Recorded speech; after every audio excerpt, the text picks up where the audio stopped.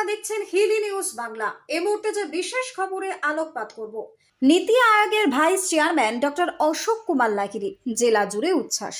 বিশিষ্ট অর্থনীতিবিদ ডক্টর অশোক কুমার লাহিড়ীকে নীতি আয়োগের ভাইস চেয়ারম্যান হিসেবে নিয়োগ করলেন প্রধানমন্ত্রী। 24 এপ্রিল 2026 তারিখে এই নিয়োগের কথা আনুষ্ঠানিকভাবে ঘোষণা করা হয়। পিএমও থেকে তাকে বিষয়টি জানানো হয়েছে। নীতি আয়োগের চেয়ারম্যান পদে রয়েছেন প্রধানমন্ত্রী স্বয়ং।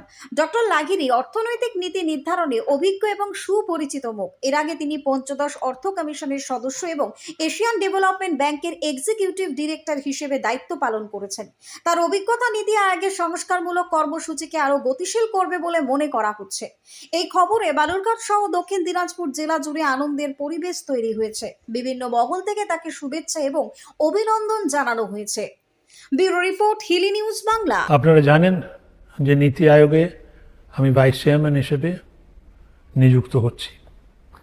এই খবরটা আসার পর আজ সকালে মাননীয় প্রধানমন্ত্রী নরেন্দ্র মোদীর সঙ্গে আজ আমার প্রথম সাক্ষাৎকার হলো। এই যে নিযুক্তি, এটা আমি মনে করি আমার পক্ষেই শুধু গৌরবের নয়, এই গৌরব সমগ্র পশ্চিমবঙ্গের লেখাপড়ার যে সংস্কৃতি, বিশেষত অর্থশাস্ত্রের লেখার পড়ার যে সংস্কৃতি, সেইটার এটা স্বীকৃতি। নরেন্দ্র মোদী প্রধানমন্ত্রী হয়ে উনি প্ল্যানিং কমিশন তুলে দিয়ে নীতি আয়োগ স্থাপন করলেন।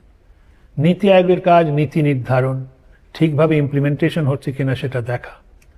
আর নীতি আয়োগের সবচেয়ে যে গুরুত্বপূর্ণ তিনটে কথা, সেটা হচ্ছে নীতি, নিষ্ঠা ও নিয়ত। নরেন্দ্র মোদী আসার পর করেছেন সেটা হচ্ছে ডেটার ওপর চাপ দেওয়া। যেমন উনি করেছেন যে পিছিয়ে যাওয়া ডিস্ট্রিক্টগুলোকে উনি অ্যাসপিরেশনাল ডিস্ট্রিক্ট নাম দিয়েছেন।